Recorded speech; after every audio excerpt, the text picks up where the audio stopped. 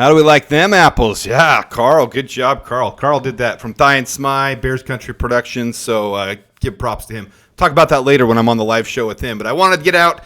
You guys have been asking for this more than I was ready for. We don't have the final contract, so I wasn't ready to do it, but I'm just going to leave out salary cap. I think enough people know by now where we stand with the salary cap, and that is that it's gone. We got none left. So we're still waiting on the Grady Jarrett contract to see where things stand. We still need to sign just a couple more pieces and then hit the draft, but I really think it's focused on the draft time now.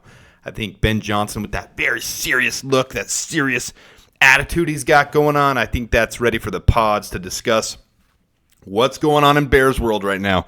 You got everyone discussing, including myself, on different platforms, what best player available at 10 means.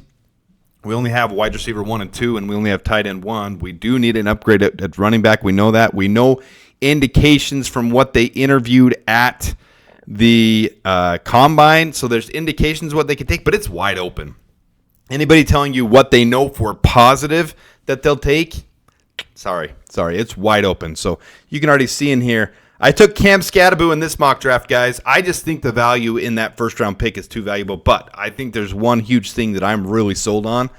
And remember, Ryan Poles did allude to it. Before the combine, he alluded to it and said you can trade down from 10 if someone's willing to and find a really good value in the first round still. I think that's the path to go. I really do. So in this one, we're going to go that path. We're going to trade down, but first let's look at the roster. Again, I'm not going to do the salary cap, but here's the additions we've made, and they're significant additions. So now we still need 1, 2, 3, 4, 5, 6, 7, 8, 9, 10, 11, 12. We need 12 moves, but I don't see any of them that are too hard to do and still not address in the draft. So you can take care of those primary 4, and if you trade down 5, because we have 4, I really see the value in the draft always, every year. So it's the same thing I always say. The value comes in those day 1 and day 2 picks. Those are the impact players. After that, certain positions can be okay in the 4th, 5th, 6th round. You know, you can find good linebackers, good running backs, good developmental tight ends, good defensive backs that can develop. You can find good ones. But to find your impact players from day 1, those really need to come in day 1 and day 2. That's round 1, 2, and 3. So for this, we are going to trade back. We're going to pick up additional draft capital as well in next year's draft, because I like the idea of panning through here, getting these vets that can help the youth, and then picking up more picks for the future. I know everyone likes it, and how do we make it work?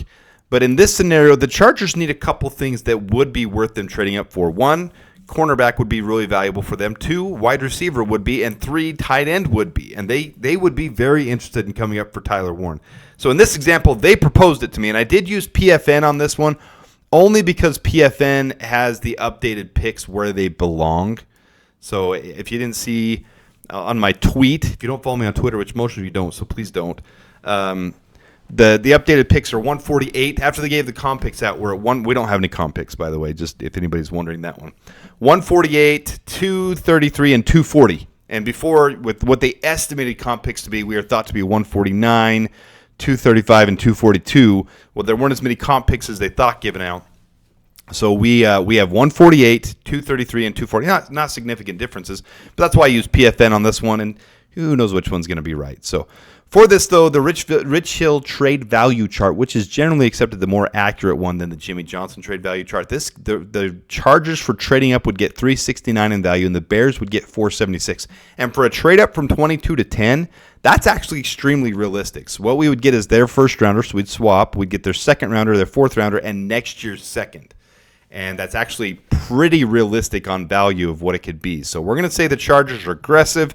They want to stay and win now with Justin Herbert. They've got their coach. They're close to a playoff run, make the playoffs, but not getting into the run. So they want to get over the hump, and they can see one of these positional values being that guy to take them over the top. So they're going to trade up with us.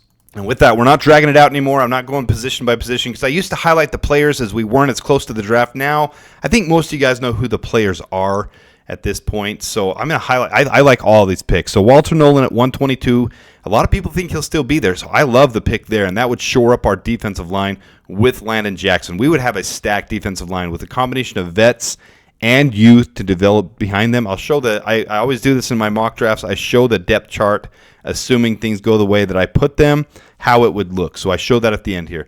So Jonah Savania, the interior offensive lineman from Arizona, he could kick out to tackle as well, but he would be a guard at the next level. He would be, backing up and giving us some depth there. Cam Skattebo, the only downfall of Cam Skattebo, why he's not in the tier 1 of running backs, but I don't think we have to have tier 1.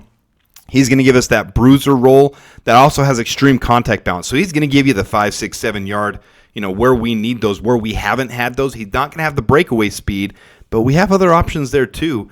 DeAndre Swift does have some breakaway speed. Ian Wheeler has some breakaway speed too. So there's some options there, but Cam Skattebo I think would be a great option in the later second round. And this is only because Travion Henderson, Quinshon Judkins, they were all gone, which I think is pretty realistic that they might be gone. So we took Cam Skattebo. Maybe you guys like taking Judkins more or Henderson more, so maybe we would need to go 41. And I'm not opposed to that either. And then we would probably take a Wyatt Milam right here instead of Jonah Savania. And I'm not opposed to that. So swap those if you want to. I like taking those two picks, though, running back and interior offensive line, at 41 and 55 on this trade down scenario. But I do like Skattebo. Skattebo! I like Skattebo. I think he's a fun player, and I think Bears fans would fall in love with him quick. And this one, I planned on taking Mason Taylor because you guys know I really like Mason Taylor. But Harold Fannin has fallen to 72. And I've got Harold Fannin high as well. There's a core 5 guys that I would be happy with us taking as a tight end too. And really there's some other ones too farther down. Ferguson's not a bad option later.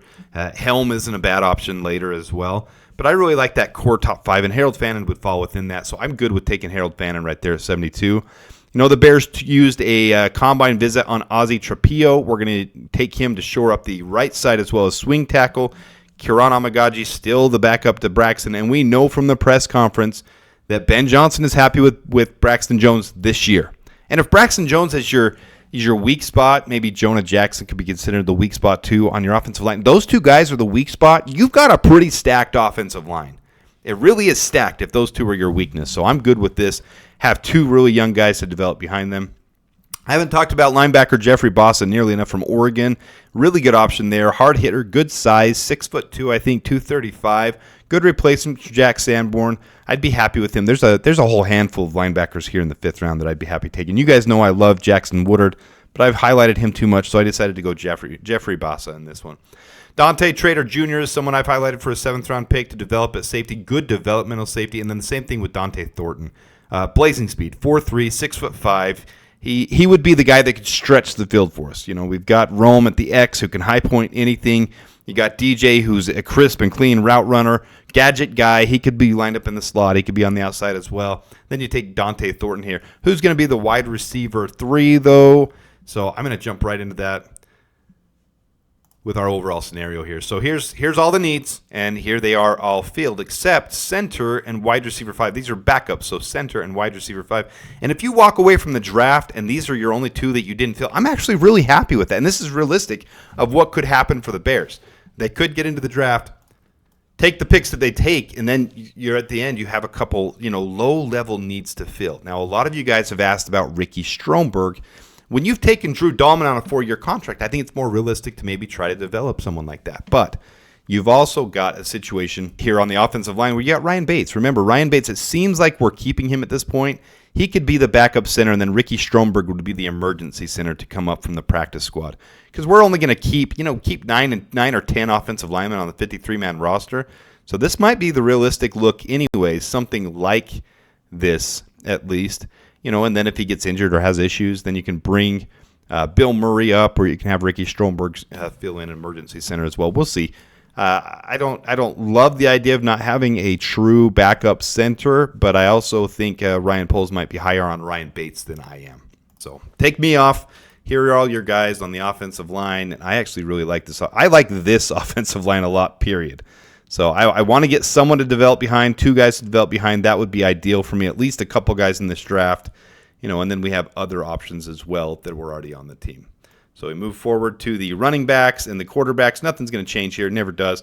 But now we've got DeAndre Swift with Cam Skattebo.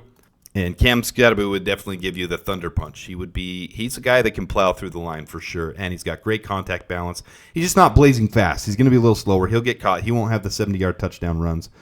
So I understand the appeal of other people to want other running backs who can be quicker. Maybe we take Bashul Tutton here at 72 instead. I don't hate that idea either. He's just not as big a bruiser as Cam Scatterbo. So on the wide receivers, you see what I did is I ended up taking Rondale Moore. Until he's signed by somebody else, I like the idea of his blazing speed, and then you've also got the blazing speed of Deontay Thornton, and that's fun. That's fun for me to pair up with Ben Johnson's offense. I think it would be great. These two alone make it awesome, and then you've got a couple options here for 12 personnel sets with Cole Kmet, Harold Fannin.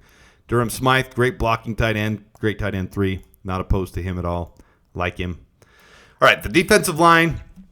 I'm totally sold on this defensive line. This core 8 would be absolutely awesome, and you've got some developmental guys here with Austin Booker, Landon Jackson, who's more of the big size to follow behind Dayo Odeyingbo, and then you got Walter Nolan to rotate in as well here. This is a stacked defensive line. You're going to lose Andrew Billings next year. To be able to have him rotate in, you're probably going to have Jervon Dexter slide over to nose tackle a lot, 1 tech, and you'll have Grady Jarrett starting at 3 tech, and you'll have those two rotating at 3 tech, and then you'll have big guys come in to help stop the run. I like it. I like it a lot. So I like this defensive line. It might be my favorite so far, whether it's Walter Nolan, Mason Graham, Kenny Grant. I like bringing another defensive tackle as our first-round pick. That's just my priority. Nobody knows what Ryan Poles is going to do right now. Ben Johnson's going to do. We don't. Nobody knows. It's fun for us to speculate. We think we know what's going on. We speculate and we have our fun with it, but they're literally the options are all open for the Bears to take best player available, take whatever they see as the biggest need and the guy that will impact this team the most. So moving on to the nickels. I did change nickel on this one, but the guy who doesn't like the way I spell Nickelback wrong, I'm sorry. I did have it changed. I don't know why in editing I didn't fix it again, so I'm really sorry. I'm not trying to piss you off. I promise. I'm not. All right, so we added Jeffrey Bassa, we got Swayze Bozeman in here, and we re-signed Amen Ogbongbaniga and Josh Blackwell. And you'll see here for cornerback, I re-signed Jalen Jones. Until he goes somewhere else, I like the idea of bringing him back as our 4th cornerback as well, and then we got Dante Trader. So quick hitting, going through it quick. First edition of post-free agency mock draft. Tell me what you guys think. I'm good with it. I think the Bears are in great position to take many different options here in mock draft. So we'll do several of these now, and as we get to the draft, things will get clear. With the top 30 visits, we'll start reporting on those as soon as the Bears have the top 30 visits happen. We know some of the tea leaves from the combine visits. We have some indication of what the Bears might be doing, but it's going to be fun to see these top 30 visits start rolling in. That's going to start happening any day now. And then the pro days, we'll have lots of stuff coming up. So appreciate you guys tuning in. If you haven't hit the like button, please do that. If you haven't subscribed, I don't know why you haven't by now if you haven't. I think it's just a matter of exposure. You guys, I think we're doing a good job. Let me know what we can do to improve. I'd love to keep improving this thing, so we're working on it. If you saw the intro, next step, we're working on it. Appreciate you guys tuning in. Thanks for being a part of it. Until next time, Bears and Bear Down.